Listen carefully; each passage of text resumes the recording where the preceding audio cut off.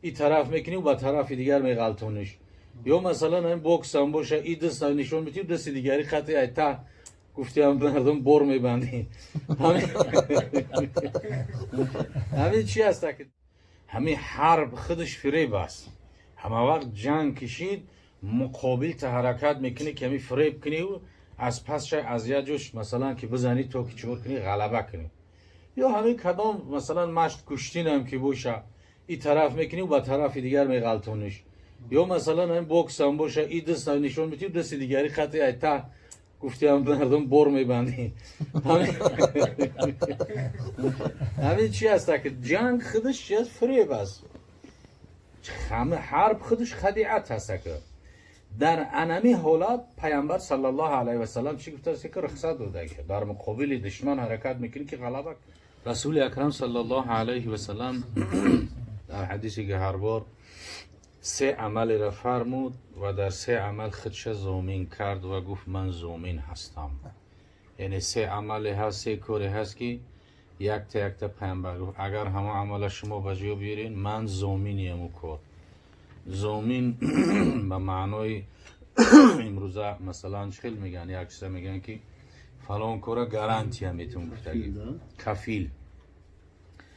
حبیب خدا گفت انا زعیم ببیت فی ربز الجنه لمن ترک میراعا و این کان محقا.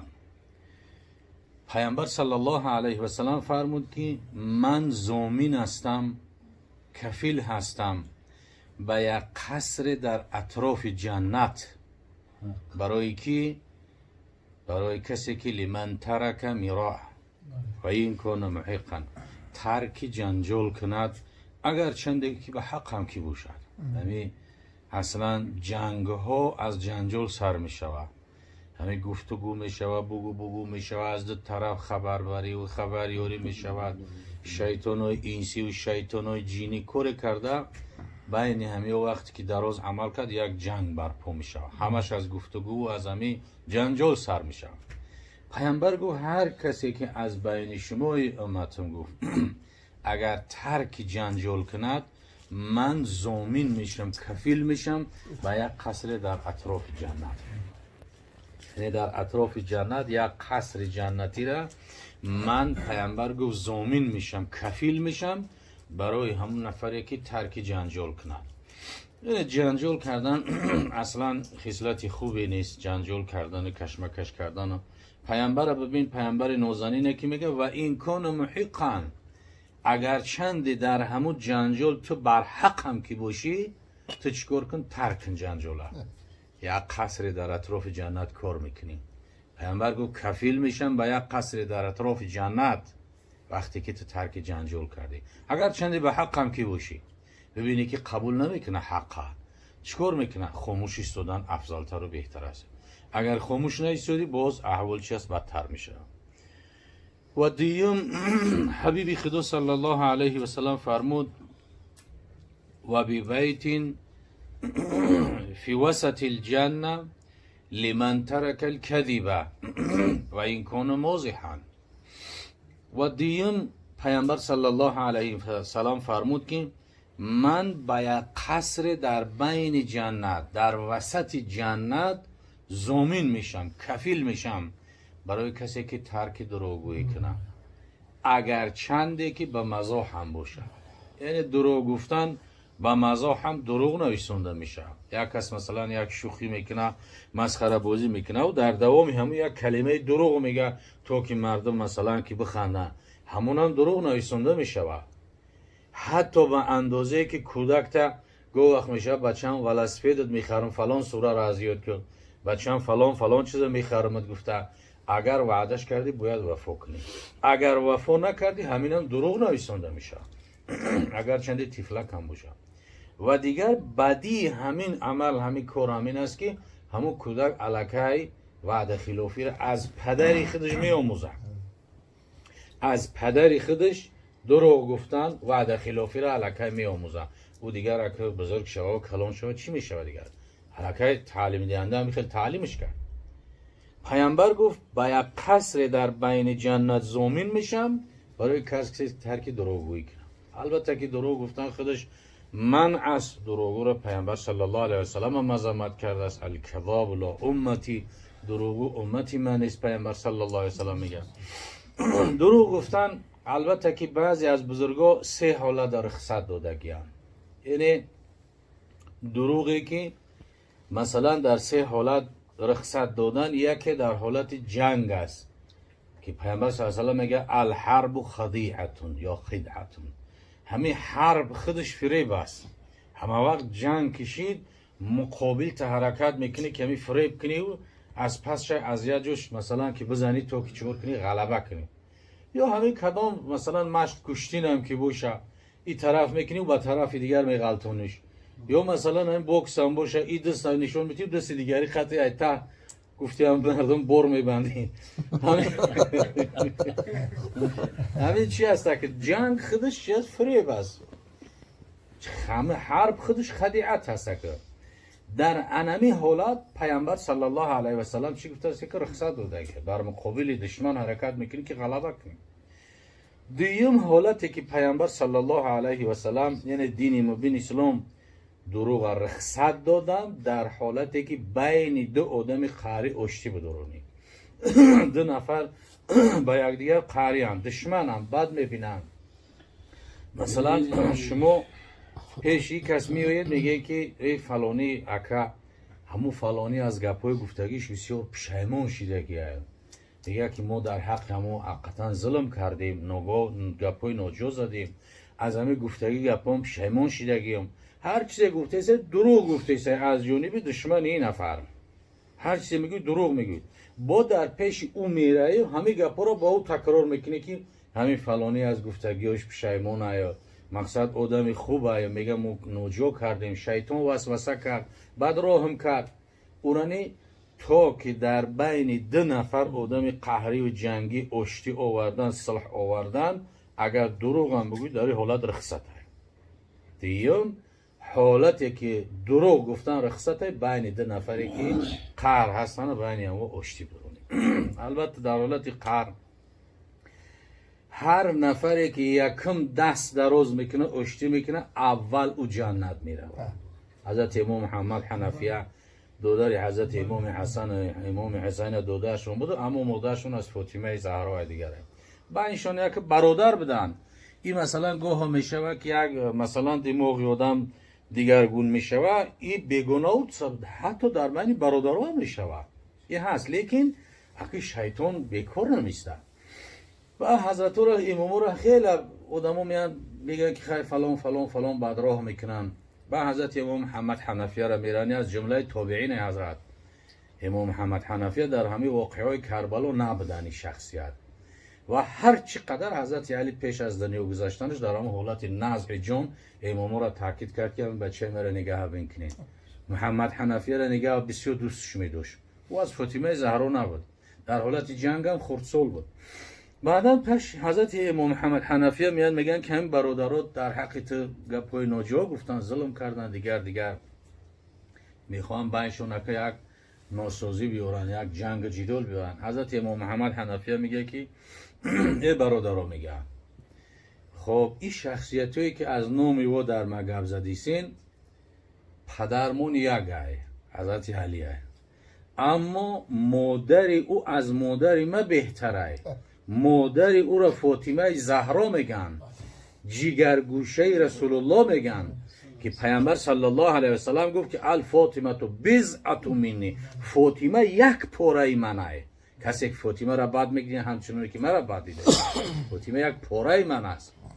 گفت محمد حنفیه که مادر اوها ای مادر ما بهتره، پدرمون یگن، اما خودشون از خودی ما بهتر هستن. و من یکم قدم زده نمیرم به خاطر دست دراز کردن که از بابامون رسول اکرم صلی الله علیه و سلم خبرش شنیدگی هستم که هر نفری که قاری باشن، کسی که یکم قدم زده برای دست دراز کنه پیش این جنت میره.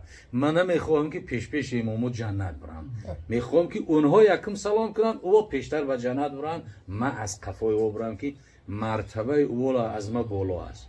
انا که ببین اینو مرد بدن، مرد.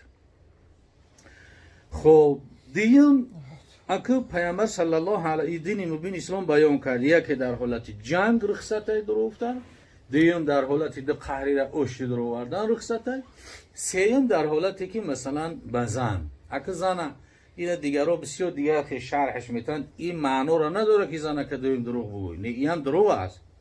فقط در حالتی که آدمی که مثلا که دو زن داره و که خداوند غیرتش زوده 3 تا داره، غیرتش زوده 4 تا داره و خداوند غیرتشون دودگی است، اینا هم مثل یک مجاهدی در راه خدا هستن. امروز الحمدلله از مسئله زن خودی همی دولت تاجیکستانی ما خیلی بوی است که قریب 10 سال پیش 15 سال پیش در حالت خطیبی استاتیستیک دیده بودیم که 40-60 40% مرده یعنی 60% زن. وقتی که با یکدیگر شکی بگیرن باقی مونده چیکار کنن؟ اون نفس داره، ارگانیسمی زنده هست، حیات میخواهن، فرزند دختر پسر حلالی میخواهن، خونه و در میخواهن، زندگی میخواهن. مثلا با فحش و نه حکومت او را رخصتش میتن، نه اسلام رخصتش میتن. بعدا مردی که غیرت داشته باشه بگیره. از اونه که مردم بیگونه میگیرش، مردم بدپرست میگیرش، یک مردمی که سنبقه و قربقه و کلتکل است که میگیره میخره، اوخی دختری توجیک که از او گرفتن ده یک مسلمان توجیک بگیرش خوب نیست. از اوی که سنگی میگیره میبرش مثلا که فحشاش میکنه، از او ده مسلمان ما بگیرش خوب نیست. بگیره صاحبی خونه و درش کنه، فرزندوش تعلیم و تربیت کنه، نگاه و بینش کنه. این چی است که یگان جوی چی است کمبودی نیست. بعضی ها زید هستن. بغار کنین اگر در خونه های کمتری 2 تا خونه های درک داریم، 2 تا 3 تا دخترای کلانسول دارن یا که مثلا دخترای بیوه دارن، همو بیچاره دوغی هستن که یک کس بیا بگیرش، نیکوش کنه بگیرش، زندگی علاهیده بردن بگیره. خب انا که رخصت همین است که اگر چند تا باشه هر کدومش در پیش خودش تعریف کنه، اگر همین شریعت رخصت میده. مثال پیشیش میگه که ای اکه همین دارم ندارم، اکه همین دنیا ده همین تی تمام دیگه، اکه دیگه همین تی دیگه، اکه ای خداوند این نعمتی که تو هستی مرا داده هیچ کار نداده. این چقدر ما بنده خوشبختم که خداوند تو را مرا دادگیه واسش میکنم. با همین گپورا در دیگریش هم برای بگاگر رخصت های اجازت های این مثلا برای صلح آوردن. دیگر حالتی هسته که میگه دروغ مصلحت آمیز به از راست فتنه انگیز. حضرت شیخ سعدی میگه یک مثال که یک نفر پادشاه امر کرد از بالای تخت که برای این قتلش کنین، چی جنایتی کرده بوده. خیلی که قتلش میکنن دیگه که راه نیست، بعد امو باری پایان دیگه حقارت سر کرد پادشاه را، دیگه خودش و زنش و فرزنده و اولادش همه گفته برده سانش. بعد وزیر میگه یکی از وزیر نیک محضر داشت، بعد پرسید که چی میگه او؟ بعد گفت پادشاه عالم گفت در حق شما دعای به خیر کرده است، خداوند عمرش دراز کنه، عدلش پایدار کنه. همین تا گپای خوب گفت پادشاه هم قفاری داشته. بعد گفت که بخشیدمش، گفت خلاصش کنین. که وزیر دیگر در اونجا نشسته بود، وزیر ناخوب. بعد گفت که ما باید در پیش پادشاه راست بگیم. و راست اگر راست که بگم یک ششوره، گفت راست بگیم که پادشاه را حقارت کرد. بعد پادشاه میگه از این سخن میگه روی در هم کشید و گفت دروغی مصلحت آمیز به از راست فتنه انگیز. ایو راسته که خبر یک کسم یاری که فلانی تر همی خیل دشنام حقارت داد، ایو در دروغ که فلانی در حقیقت دعای خیر کرد. این دروغ از او بهتره. انا همین 3 حالت در رخصته. دیگر هیچ حالت امکانیت نداره شریعت رخصت نمیتونه دروغ گفتن. حتی یک نفر از خفاش در یودیستانی شکل مسئله فقهی ده میذارم، یا پیستله در دسته یا کرچه قتلش میکنن. یک کس خفاش در مسلمانه دویده در یک جا پینهان شید، اگر طرف بپرسن که کجا شید بگوی همینجا، میرن میکشنش قتلش میکنن. اگر بگوی ندیدم نمیدونم دروغ میشه. بعد میگه چیکار کن؟ مسئله چی واکه؟ یک قدم بزنو سو. بعد بگو که از وقتی که من دارم میجم یکم کس نگذاشته. این دروغ نیست. یک قدم سو میزنی میگو از وقتی که من در همیجم یکم کس نگذاشته. در حقیقت یک قدم سو گرفت یکم کس نگذاشته. خب همین حالتی هست که من شریعت رخصت دادگی. دیم نفری را که رسول اکرم گفت در بین جنت با یک قصر ما کفیل میشم زمین میشم، اون نفری که ترک دروغگویی کنه. سوم گفت و بی بیت فی اعلی الجنه لمن حسن خلقه. انا با یک قصر در بالاترین جنت، مرکزی جنت ده. گفت امروزه در سنتر جنت پیامبر گفت من کفیل میشم با یک قصر برای کسی که چیکار کنه؟ حسن خلق و اخلاقش نیکو کنه. این اخلاق نیکو هر کس نداره. اخلاق نیکو نعمت پروردگاره. بعضی آدم هست که علم نداره، هیچی نداره، لیکن همین اخلاق نیکوی داره که همین اخلاقش نگاه میکنه آدم، همین دلخواه آدم اون را دوستش میداره. همین صحابه رسول اکرم صلی الله علیه و سلم وقتی با همین ملکای دنیا سفر کردن، یعنی قسمت های مالایزیا، اندونزیا، همین جانی نرفتن با لشکر همی رو مسلمان کردن. اخلاق زیبای مسلمانو را دیدن، هم مردم مسلمان شدن. اخلاق زیبا، طریق احترام کردن و دوست داشتن و کلانتر از بری بالا و احترام کردن و بار یک کس گرفتن و مسافد کمپیر دوست داشتن احترام کردن، همه بهترین اخلاق حسنه هست که همین اخلاق حسنه پیامبر گفت در بین جنت، در مرکز جنت ضامن میشم کسی که اخلاقش نیکو کنه. عایشه صدیقه طاهره مادرمون، همسر دوست داشته رسول الله صلی الله علیه و سلم بیان کرد که حبیب خدا صلی الله علیه و سلم در باب اخلاق حسنه بیان کردن که ان المؤمن لا يدرك بحسن الخلق درجه الصائم والقائم. مؤمن با اخلاق حسنش قطعی درجه صائم قائم میوه. صائم دهر، صائم النهار و قائم اللیل. یک نفری که روز بخره و شب به حضور خواب میکنه، یک نفری دیگر عمرش قطعی روز به روزه میگذارونه و شب به نماز. ما تو کشف کرامات و بزرگی و قرب پروردگار رو بعد میگه یک کس در یک محفل کلان سوالش میده، یکی از خواجه جندی بپرسید که تو به یا سگ از کس نترسی؟ سوال بی همین آدمی به مرتبه را گوی یک سوال دارم، تو بهتر یا یک سگ؟ انا که بین دوستی خدا چی میگن؟ یکی از خواجه جندی بپرسید که تو به یا سگ از کس نترسید؟ مریدانش دویدن آشکاره که تا آنجا کنندش پاره پاره.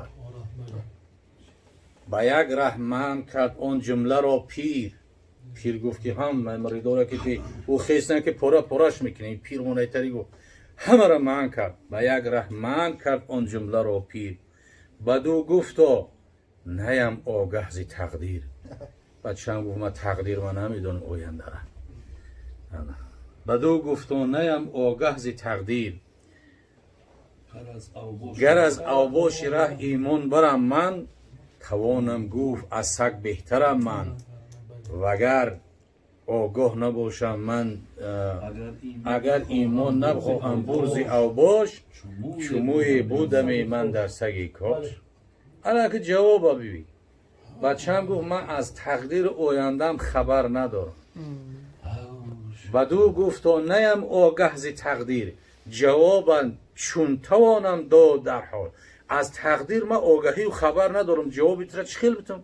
همین خمه دونم که اگر از اوباش ره از شیطان لعین گفت من ایمان به سلامت ببرم، اگر میگم که از سگ بهترم. لیکن اگر ایمان نبرم از دنیا و به ایمان گذشتشم، گفت کاش که من یک پشم تنه سگ میشیدم، شموی بودم من در سگ کاش. انا که اخلاق حسنه را ببین، صبر تحمل ببین، ایمان ببین، اسلام ببین. اگر یک تای آدمی امروزه را بگن که تو خوبی و سگ، چی بگم؟ چوینه که در سرت میده میکنن، هیچ چی گپ میگه تو میگوی. دوستی خدا را ببین که گفت تقدیر نمیدونم بچم، اگر ایمان برم میگم ای سگ در من بهترم، اگر ایمان نبرم کاش که یک موی در تنه سگ باشم. انا همین اخلاق حسنه را پیامبر صلی الله علیه وسلم در سوم درجه بیان کرد که و بی بیت فی اعلی الجنه لمن حسن خلقه، و یک قصر در مرکز جنت کفیل میشم برای کسی که اخلاق نیکو داشته باشه. که ما و شما مسلمان ها باید که اخلاقی نیکو داشته باشیم. اخلاقی که حوزه علمی بخارای شریف که همه مردم کوهستان ما و شما الحمدلله نشأه نما از همه افتگی هستیم.